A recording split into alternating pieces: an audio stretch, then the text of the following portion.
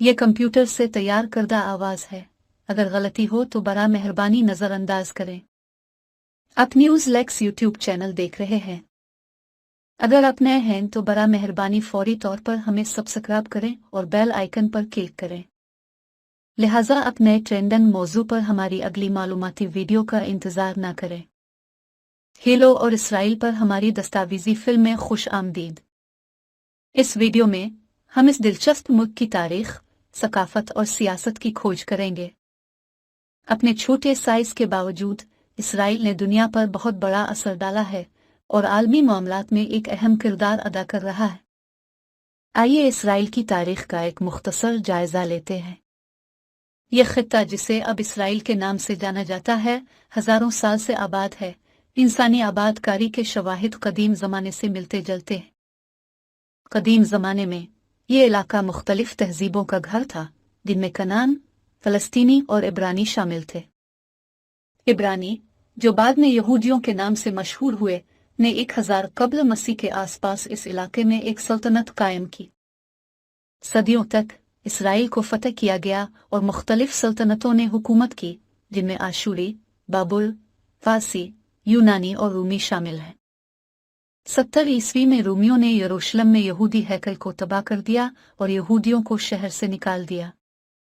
ये वाकया, जिसे तारिकीन वतन के नाम से जाना जाता है, ने अपने वतन से यहूदी जलावतनी के एक तवील दौर का आगाज किया।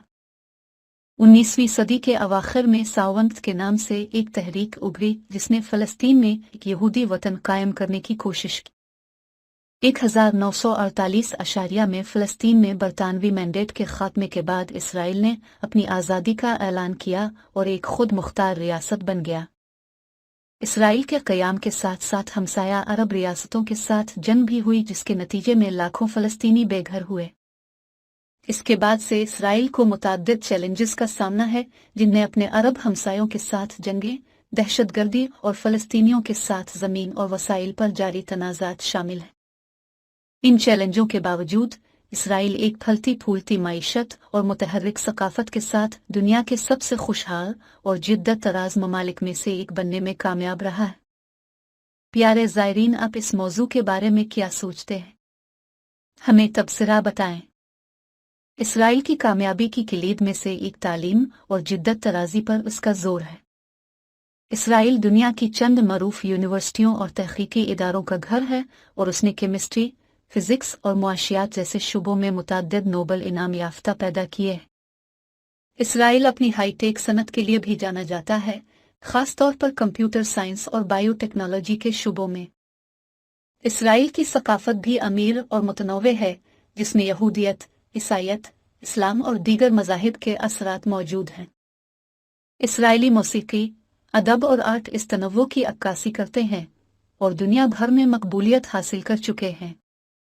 इसराइली पकवान भी मशहूर हैं, जिसमें फलाफुल, हममिस और शुशिका जैसे पकवान बहुत से ममालिक में मकबूलियत हासिल कर रहे हैं।